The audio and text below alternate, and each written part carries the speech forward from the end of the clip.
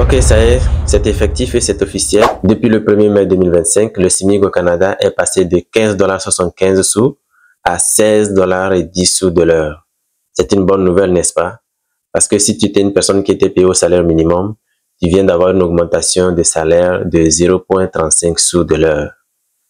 Mais si ce n'était pas le cas, si tu étais une personne qui était payée au-delà du SMIC, alors là, ça ne veut rien dire, car ton salaire ne va pas changer du jour au lendemain parce que le SMIC a été donc revu.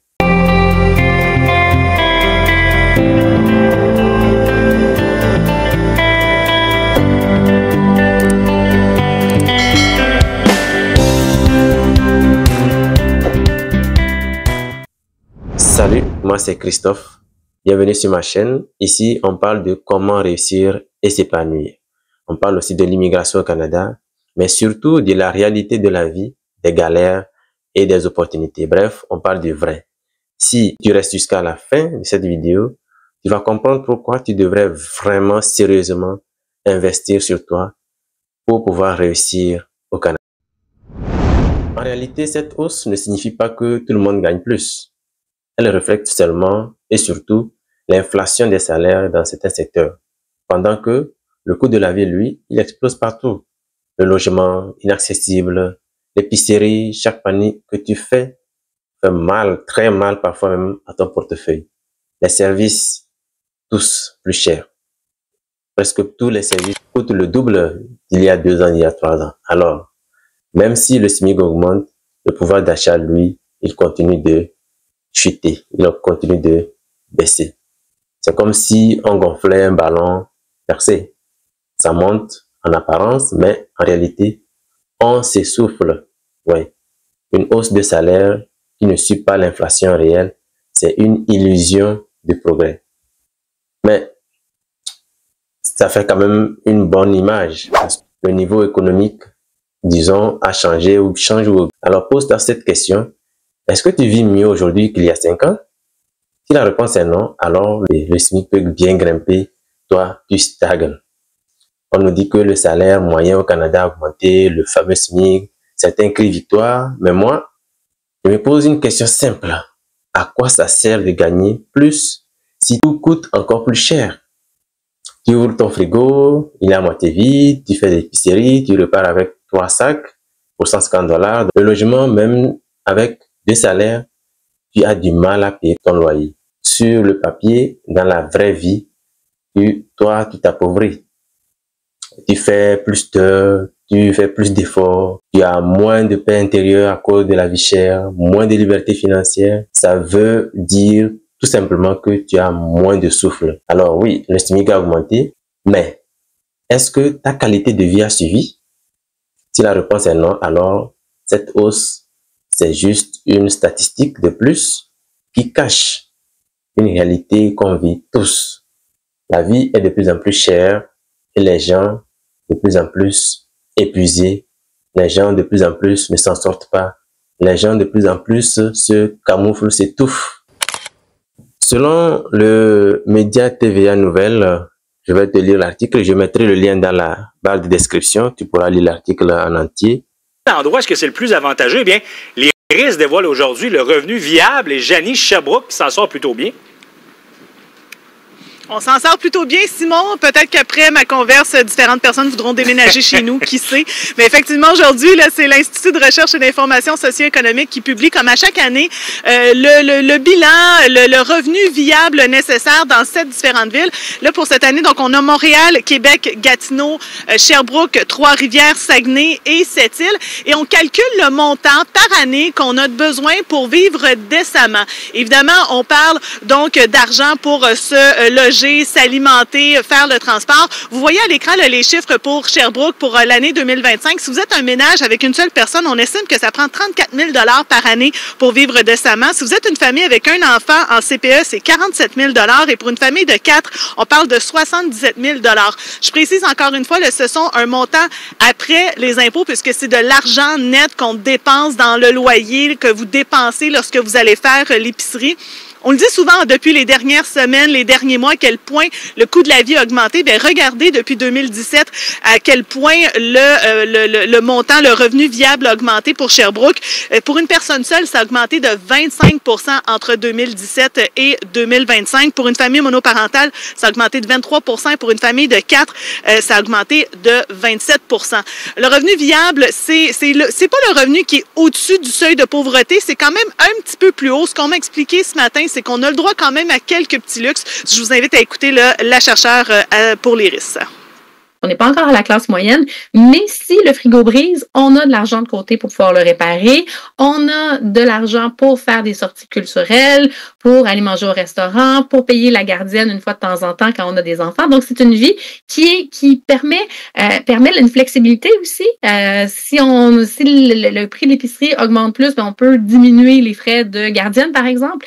Il y a de la flexibilité dans un budget pour le revenu viable, mais ce qui est important de se rappeler que ça reste un mode de vie qui est modeste. C'est pas des grands voyages, c'est pas des grands restaurants, mais c'est une vie qui est décente. C'est combien il faut gagner pour vivre dignement au Québec en 2025? Voici combien il faut gagner pour vivre dignement au Québec en 2025. On va lire l'article ensemble. Alors, ça dit, plus de 15% des ménages québécois vivent sous le seuil de revenu viable, selon un indicateur de l'Institut de recherche selon un indicateur de l'Institut de recherche et d'information socio-économique, IRIS, qui estime le revenu nécessaire pour sortir réellement de la pauvreté. L'IRIS a dévoilé mercredi ces nouvelles données de 2025 qui révèlent qu'une personne seule a besoin d'un revenu entre 31 696 et 42 884 $ pour vivre décemment dans les grands centres urbains au Québec. Ces chiffres correspondent à un niveau de vie exempt de pauvreté qui va au-delà de la seule couverture des besoins de base.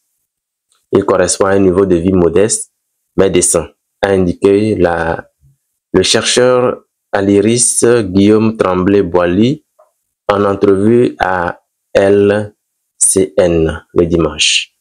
Alors, si tu as LCN, tu peux resuivre cette entrevue-là qui a été donc accordée à ce chercheur. Certainement que tu seras encore plus édifié. Donc, selon cette recherche, selon ces données, à Montréal, le revenu viable pour une personne seule est de 40 084 $ et passe à 52 285 $ pour un adulte et un enfant, puis à 85 200 $ pour 2 adultes et 2 enfants. À Québec, ces chiffres sont de 35 872 pour une personne seule, 48 098 $ pour un adulte et 2 enfants, et 77 680 $ pour 2 adultes et 2 enfants. Alors, le salaire minimum, l'article il poursuit. Ici, voici le revenu viable en 2025 pour les autres grandes villes du Québec.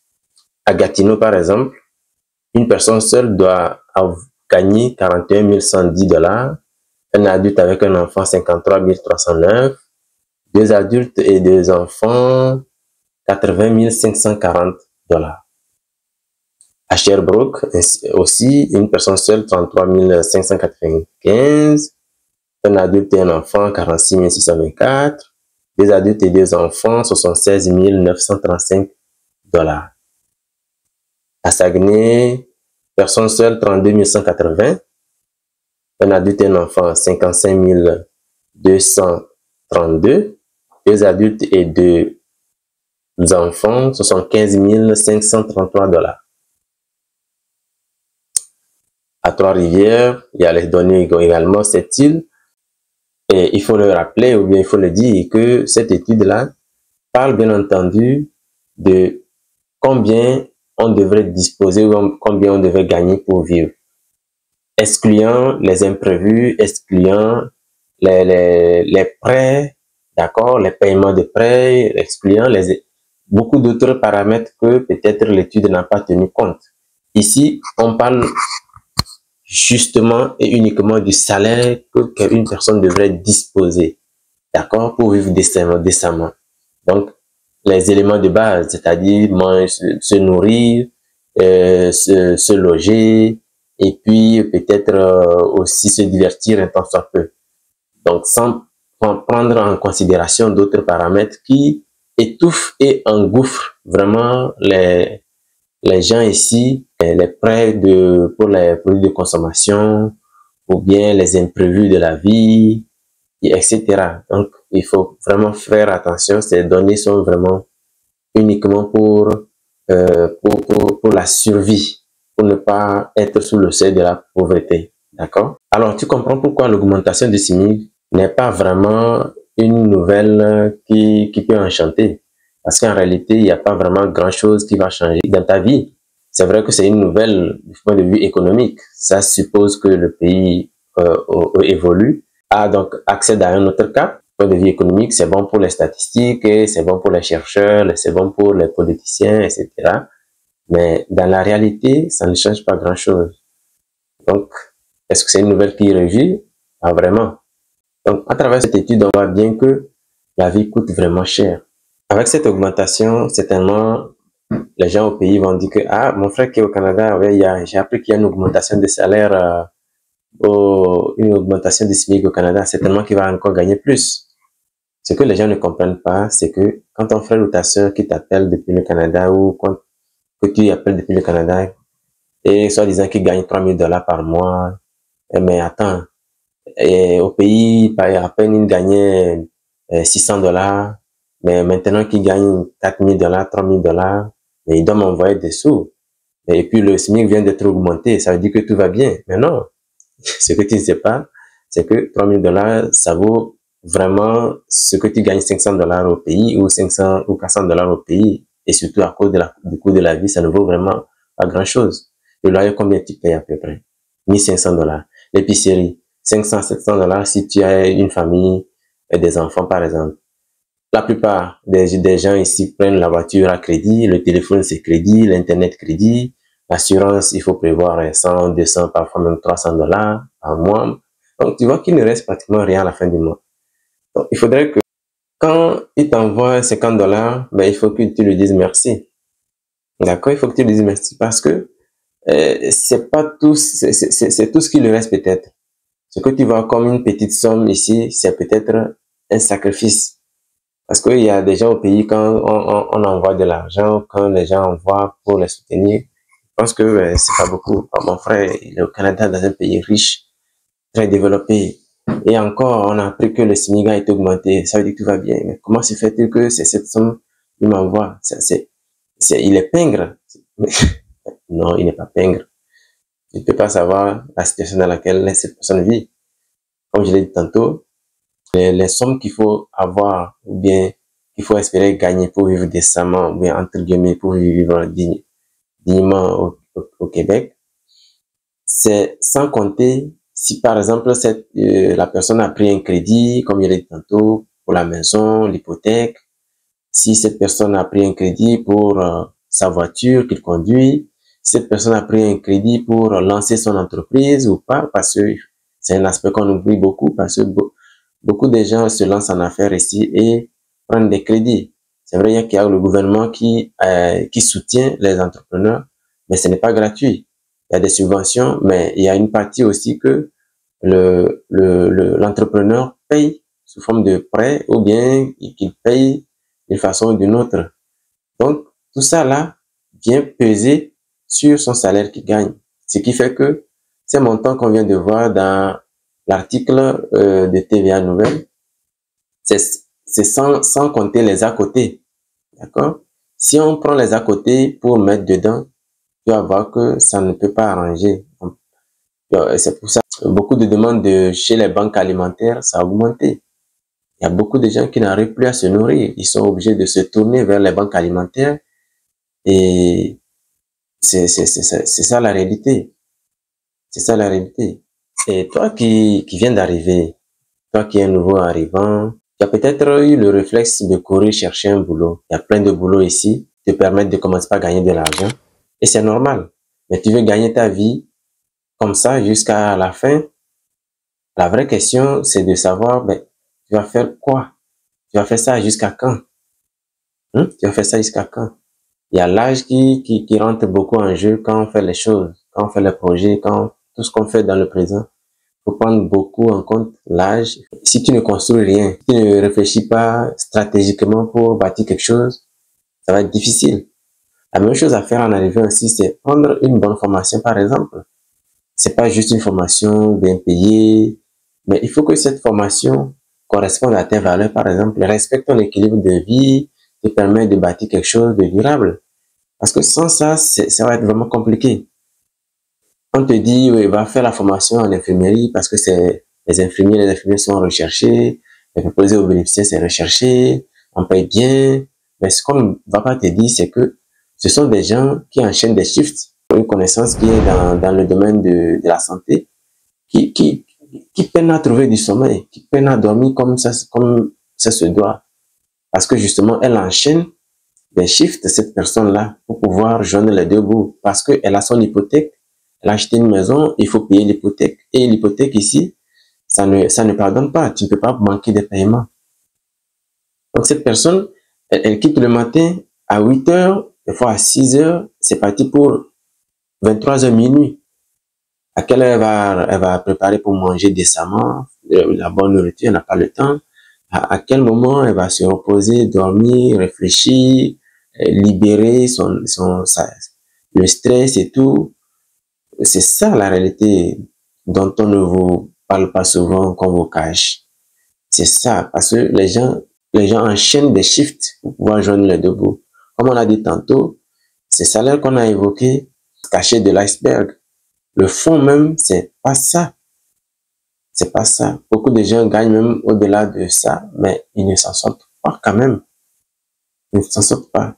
Donc, il faut cumuler les heures supplémentaires, il faut cumuler les shifts pour pouvoir, un temps soit peu, arriver à tenir ou bien à joindre les deux bouts.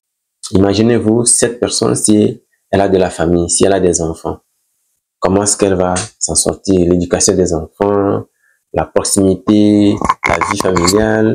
C'est pour cela, quand tu arrives ici, il faut que tu te poses cette question. Dans quel contexte tu veux te lancer? Dans quel cas tu veux te ranger? Qu'est-ce que tu veux prioriser? Il faut avoir des priorités. Il faut avoir une vue d'ensemble et une vue à long terme de ce que tu veux vraiment faire au Canada ici. C'est le point de départ de la réussite. Et travailler sur soi-même, je le dis toujours. Il faut investir sur soi-même. Il faut faire des formations, certes, mais il faut aussi t'éduquer. Il faut aussi aller à la recherche des informations. Il faut faire les bons choix. Tu n'as pas immigré juste pour survivre. Tu as immigré pour t'élever, pour créer quelque chose de meilleur pour toi et ta famille. Oui, les débuts sont durs. Et oui, il faut payer les factures, mais il faut choisir intelligemment les jobs aussi. Il faut choisir, même si c'est un job, un travail alimentaire, un emploi alimentaire, il faut bien le choisir. Et c'est important, il faut pas le choisir, il faut pas faire des travaux, des témoins de ta santé, par exemple. Tu dois te poser les vraies questions. C'est quoi ton âge? Ça, il faut commencer par là. Qu'est-ce que tu veux dans 10 ans? Qu'est-ce que tu veux dans 1 an, dans 2 ans, dans 5 ans, dans 10 ans? Quelle est la formation qui va te propulser plus loin, dans 5 ans, dans 10 ans? Eh bien, lorsque tu auras répondu à toutes ces questions, je pense que tu auras une vue claire, une vue d'ensemble sur ce que tu vas te fixer comme objectif de vie au Canada. Ce pays fonctionne sur le crédit. Ça, faut jamais oublier.